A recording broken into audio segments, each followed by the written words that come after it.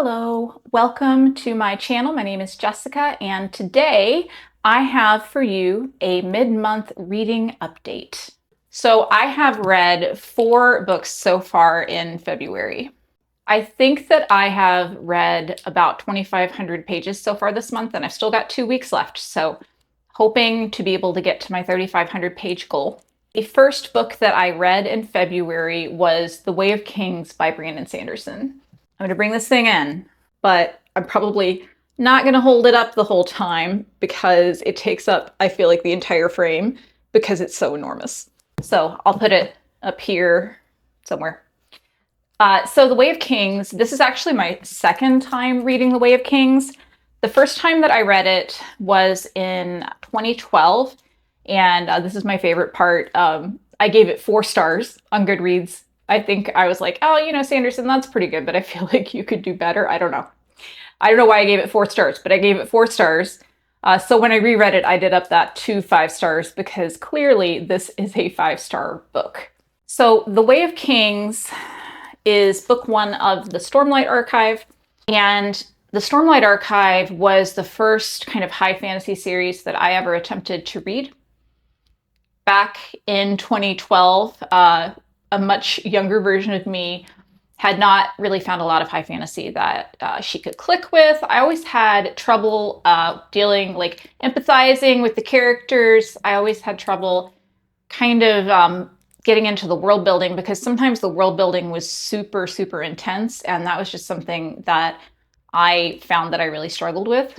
And I saw a recommendation online for Brandon Sanderson, and specifically a recommendation to read The Way of Kings. And this is before the second book had come out, I believe. So I picked it up and I put it on my Kindle, which I think at the time was the kind of Kindle that you had to have a separate light attached to, and read it and apparently gave it 4 stars. So now that the 5th book is coming out this year, I'm doing a reread. I have read the first 2 books, but I haven't read 3 and 4. So I decided that I don't remember what happened in any book that I read in 2012 probably. So I picked it up to start reading it again. And I am so glad that I did. So I'm sure a lot of you have already read The Way of Kings, but in case you haven't, I'm going to give you a little bit of an idea of what the book is about. So book 1 is really, I think, just about setting up the world and the players who exist within that world. So the first POV character that we have is Kaladin, and Kaladin is, at the time that we meet him, a slave. He grew up, he was trained as a physician by his father, who was also a physician, but some things happened to him along the way, and his path took some turns, and this is where he's ended up. We also meet Dalinar. Dalinar is a high prince of this world, and he is in charge of one of the armies. We meet his son, Adolin. Adolin is probably the character that we see the least of in this book, but I'm sure there's going to be a lot of him later, so I'm looking forward to that. We also meet Shallan. I think that's her name. I can never remember. I'm going to have to look. So we also meet Shallan. Shallan is a young woman who has gone to the city to become the ward of kind of a learned woman who is also a princess of this kingdom. And so we have all 4 of these POV characters, plus we have a couple of other POVs that we get in little interludes. And that's a lot of people to be introduced to. So the story is split into 5 parts. And each one of those 5 parts, at the beginning, the author will tell you what characters you're going to be following within this part of the story. There are also a few interludes where we follow characters who aren't the main POV characters that split up those sections. So the book is very, very long, right? It's over 1,000 pages, but it never feels over 1,000 pages. Sanderson's pacing is excellent.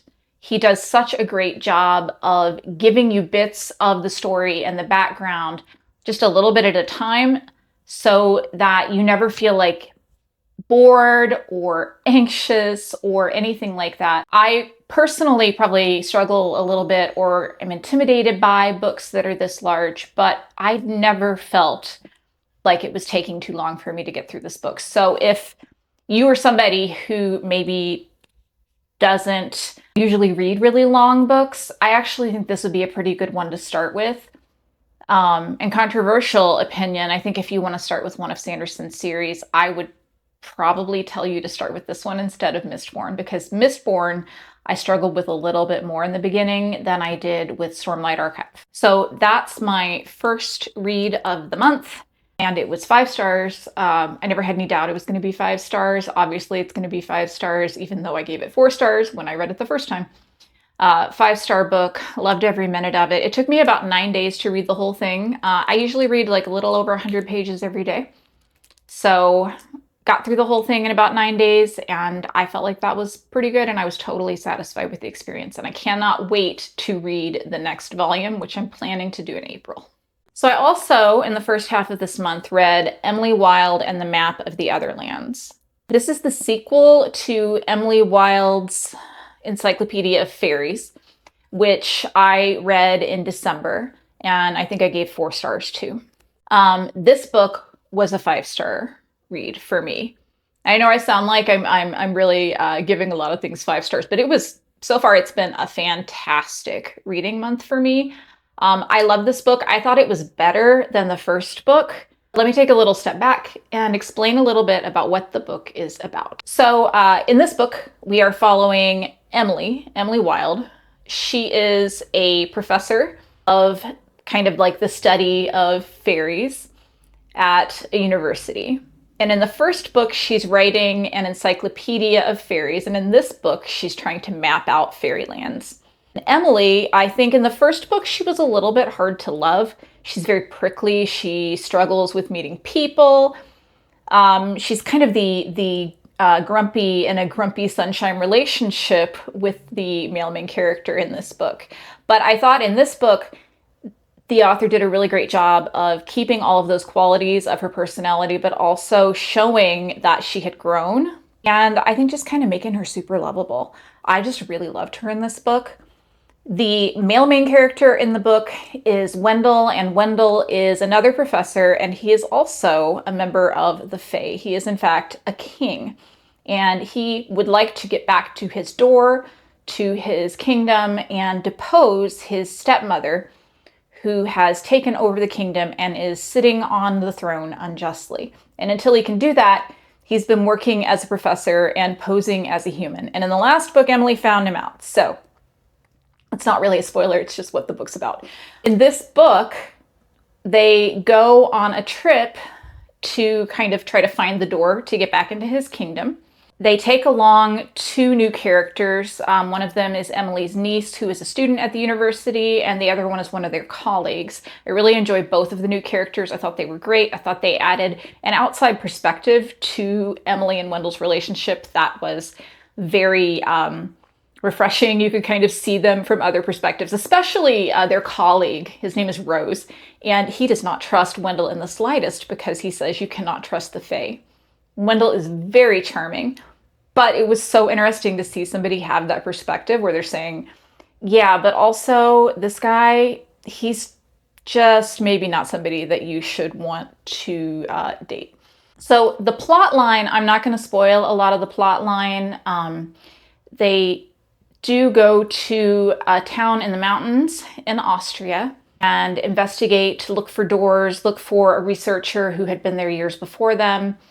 I have to tell you, this series is just so charming. I love Emily and Wendell and their relationship.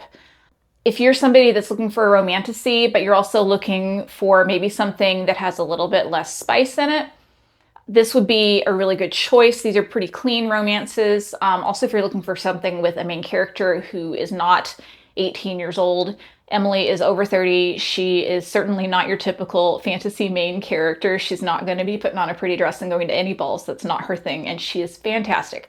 So certainly, if you haven't read this one, check it out. I gave it 5 stars, and I am so excited for the next volume to come out.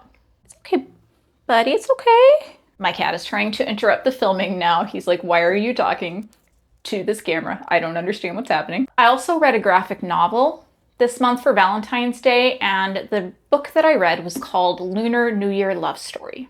I'm not really a huge graphic novel person. I usually read a few every year, and I saw this one recommended in my library newsletter where they do kind of things that are coming out, things that we think you might like to read.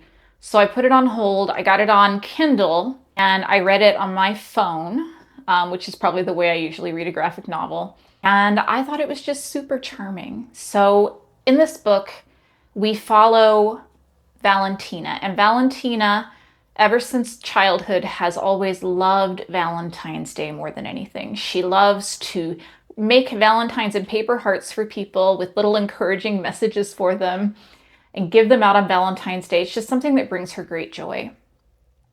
Her whole life, she's had this idea that her parents had this great love story until her mother tragically passed away.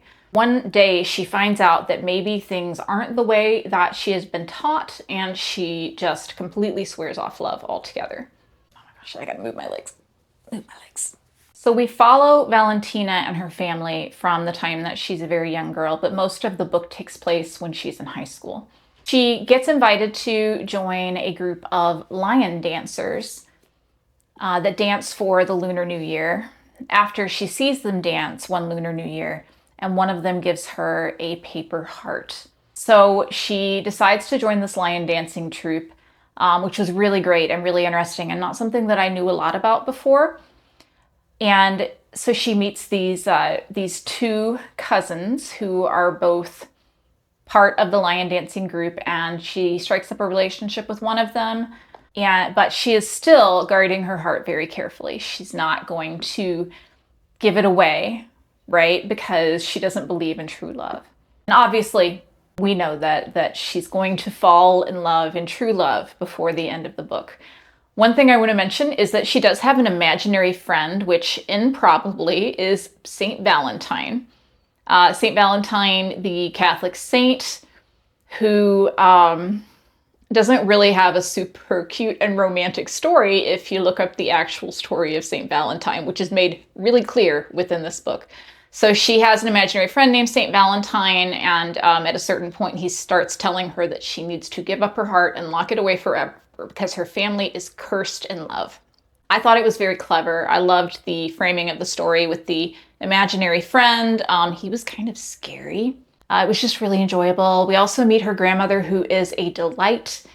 I would highly recommend this as a sweet little young adult coming of age story. It didn't take me very long to get through, and I'm really glad that I read it. I gave it 4 stars. And finally, I read Gideon the Ninth by Tamsyn Muir. So Gideon the Ninth is a book that I had thought about reading, but was probably, if I'm honest, never going to get around to it because it sounds a little bit weird, and it is weird. But I went to the library where they were doing blind date with a book, and I picked up a blind date package, and when I unwrapped it, it was this book. And if you want to see me read that, you can go watch my reading vlog for Gideon the Ninth, which you can find down in the description. This book was super weird, but it was super weird in all of the best ways. I loved it so, so much. I just thought that Gideon herself was just so charming. I thought she was a great character.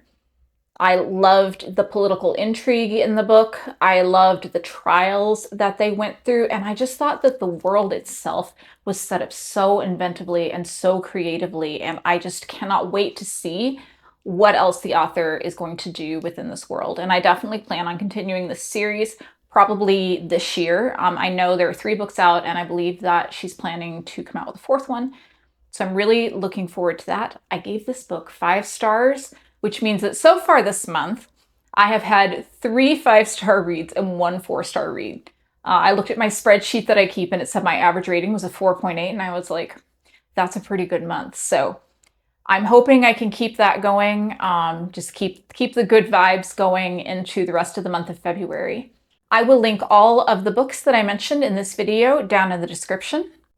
If you enjoyed this video, I hope that you will stick around to hear more about the books that I read.